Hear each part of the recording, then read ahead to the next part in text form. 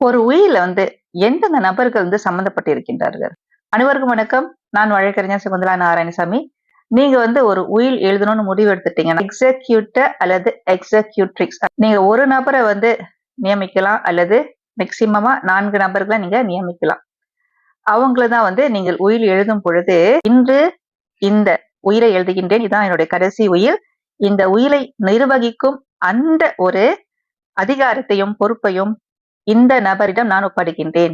I hereby appoint this person as my executor or executrix. இந்த நிர்வகிக்கும் நபர் சொத்தை கிடைக்க பெறுகின்ற நபரா கூட இருக்கலாம். சோ இப்ப உங்களுக்கு புரிஞ்சிருச்சு இல்லையா? அதாவது உயில் எழுதும் நான் அந்த உயில் சம்பந்தப்பட்டிருக்கின்றேன். அந்த உயிலை நிர்வகிக்கும் நபர் அங்கே அந்த உயில சம்பந்தப்பட்டு இருக்கின்றார். அது மட்டும் அல்லாமல் இப்ப அந்த சொத்து கிடைக்க பெறுகிற நபர் ஒரு மைனரா இருந்தா, அதாவது உங்க சொத்து பிள்ளைங்க கொடுக்க போறீங்க. ஆனா அந்த பிள்ளைங்களுக்கு 18 வயசுக்கு குறைவா இருந்துச்சுன்னா, அந்த மைனர் பிள்ளைகள் அவங்க மேஜர் ஆயிட்டோன்னே அந்த சொத்து போய் சேரணும் இல்லையா? அது வரைக்கும் இந்த கார்டியன் அந்த சொத்தை நிர்வகிப்பார்கள் அந்த பிள்ளைகளுக்காக. சரிங்களா? அப்ப சின்ன பிள்ளைகள் இருந்தாங்கன்னா கார்டியன் அங்க நீங்க எழுதணும் 2 பேரு. சோ அப்ப வேற எந்த நபர் உயில சம்பந்தப்பட்டிருக்கின்றார்கள் என்றால் கார்டியன். அப்படி சின்ன பிள்ளைகள் இருந்தாங்கன்னா, சரிங்களா?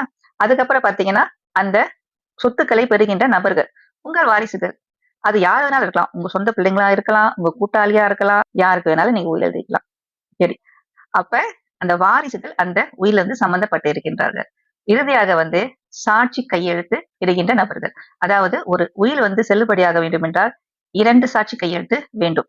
சோ மொத்தம் எத்தனை பேருங்க இருக்காங்க? மறுபடியும் ரீகேப் பண்ணுவோமா?